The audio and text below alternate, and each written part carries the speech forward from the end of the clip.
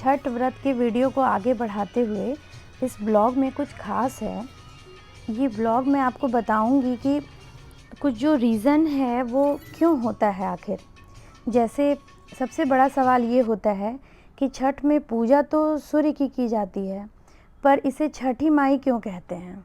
तो छठी माई इसलिए कहते हैं कि सूर्य की पूजा आराधना तो हम करते ही हैं छठ में, साथ ही साथ जो सुबह की पहली किरण है उसे उषा कहते हैं और शाम की जो आखिरी किरण है उसे प्रत्यूषा कहते हैं। तो छठ में सूर्य के साथ उषा और प्रत्यूषा जो उनकी किरणें हैं उनकी आराधना भी की जाती है, इसलिए उसे अर्घ देते हैं। इसी नाम पे हम इसे छठी माँ का नाम देते हैं कि सूर्य भगवान और छठी माँ, जो उषा और प्रत्यूषा का नाम है। दूसरा एक लोकल जो वर्ड यूज़ किया जाता है वो होता है परवैतिन। तो परवैतिन शब्द बेसिकली एक संस्कृत का शब्द पर्व है, उसी से लिया गया है। और पर्व का मतलब तो सभी जानते हैं, फेस्टिवल या ओकेज़न। ये जो छठ है ज़्यादातर बिहार में, झारखंड, यूपी के साथ साथ नेपाल में बनाया जाता है।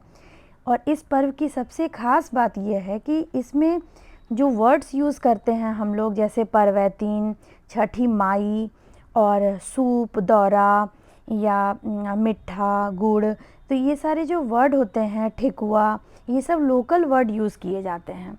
और बिहार का बहुत ही बड़ा पर्व है, जो बिहारी लोग अगर फॉरेन में भी रहते हैं तो वहाँ पे करते हैं ये पर्व को। तो ये बहुत ही आस्था का पर्व है, बहुत श्रद्धा भक्ति से की जाती है।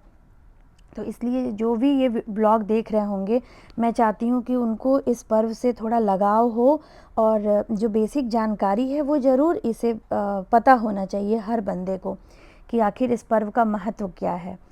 तो एक और सबसे बड़ी बात है कि आखिर छठ ही क्यों कहते हैं।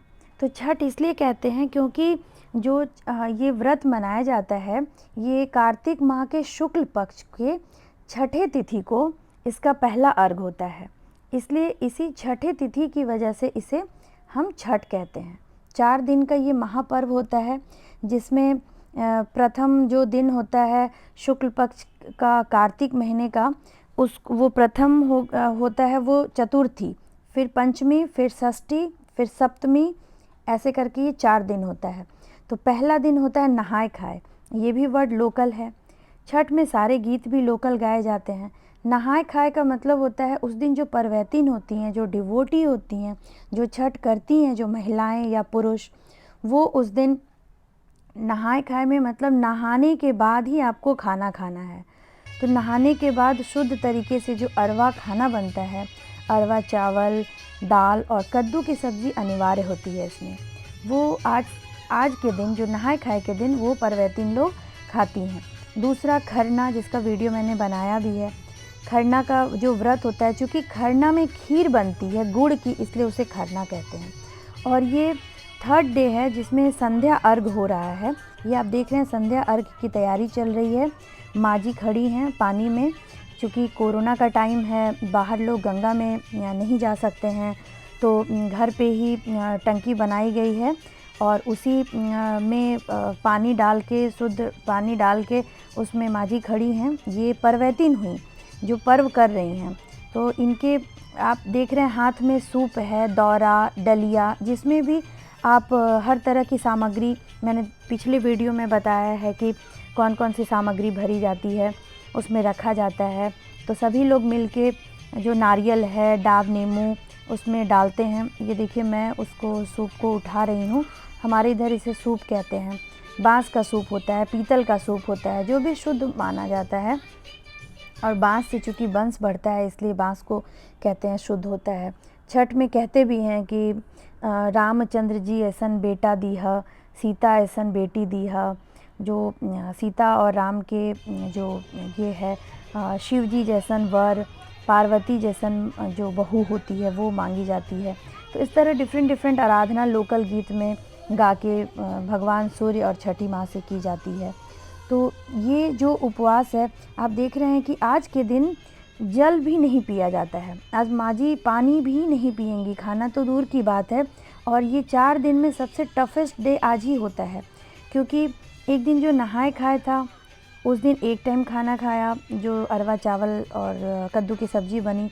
अगले दिन जो खरना हुआ, उसमें भी उपवास के साथ रात में खरना का प्रसाद माँ जी खाई थी, जिसमें मीठा गुड़ वगैरह बना था। उसका भी वीडियो आप देखिएगा तो आपको समझ में आएगा। और ये थर्ड डे है, इसमें तो खरना का जो लास्ट प्रसाद पिछले रात खाई थी, उसके बाद कुछ भी नहीं खाना होता है, पानी दूध कुछ भी नहीं खा सकते हैं। तो ये लगभग 36 घंटे का हो जाता है, क्योंकि उसी पिछले रात से लेके आज पूरा दिन और रात भर जहाँ पे छठ का घाट बनाया है ये हम लोगों ने छत पे, हम लोग रात भर छठ के घाट पे कोई ना कोई जगता रहता है और दिए में घी डालता रहता है, ताकि भगवान की आराधना हो सके, सूर्य की पूजा हो सके। और फिर अगले दिन सुबह का अर्घ का जो नेक्स्ट वीडियो होगा वो मैं आपको दिखाऊंगी। वो अर्घ पढ़ने के बाद ही कोई भी जो परवैतिन होती हैं वो कुछ खाना खा सकती हैं। और ये देखिए रात का समय शुरू हो गया है। ये माँ जी, इसको कोसी भरना भी कहते हैं, कलश के चारों तरफ दीप जला के और पूरे छठ घाट को, जो हम लोग अपने छत को, टेरेस को बनाए हुए हैं छठ घाट, इसको बॉल बत्ती से सजाया गया है। और ये रात में उसमें घी डाला जा रहा है ताकि रात भर जगमगाता रहे दिया और भगवान सूर्य की हम आराधना करते रहें, लोग गीत गाते रहें। और ये पानी में आप देख रहे हैं बहुत ही सुंदर लग रहा है। तो आई थिंक आपको ये वीडियो पसंद आया होगा। Thank you so much.